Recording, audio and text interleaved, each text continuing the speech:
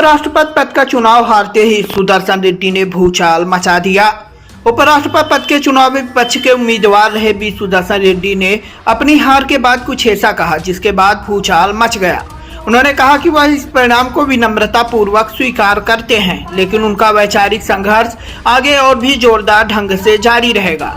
उन्होंने उपराष्ट्रपति चुनाव में जीत दर्ज करने वाले राष्ट्रीय जनतांत्रिक गठबंधन यानी राजग के उम्मीदवार सीपी राधाकृष्णन को शुभकामनाएं दी और समर्थन के लिए विपक्ष का आभार व्यक्त किया। बी सुदर्शन रेड्डी ने एक बयान में कहा, आज सांसदों ने भारत के उपराष्ट्रपति पद के चुनाव में अपना फैसला सुना दिया है। मैं अपने महान गणतंत्र की लोकतांत्रिक प्रक्रियाओं में अटूट विश्वास के साथ इस परिणाम को विनम्रता पूर्वक स्वीकार करता हूं। उन्होंने कहा, यह यात्रा मेरे लिए एक बहुत सम्मान की बात रही है, जिसने मुझे उन मूल्यों के लिए खड़े होने का अवसर दिया है जिन्होंने मेरे जीवन का मार्गदर्शन किया है। वो मूल संवैधानिक नैतिकता, न्याय और प्रत्येक व्यक्ति की गरिमा से जुड़े हैं।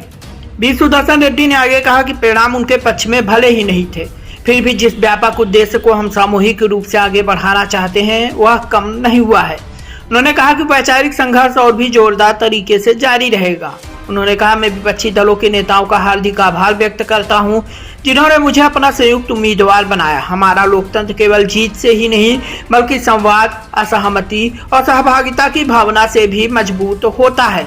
उन्होंने इस बात पर जोर दिया कि एक नागरिक के रूप में मैं समानता, बंधुत्व और स्वतंत्रता के उन आदर्शों को बनाए रखने के लिए प्रतिबद्ध हूं जो हमें एक सूत्र में बांधते हैं। कामना है कि हमारा संविधान हमारे राष्ट्रीय जीवन का मार्गदर्शक बना रहे।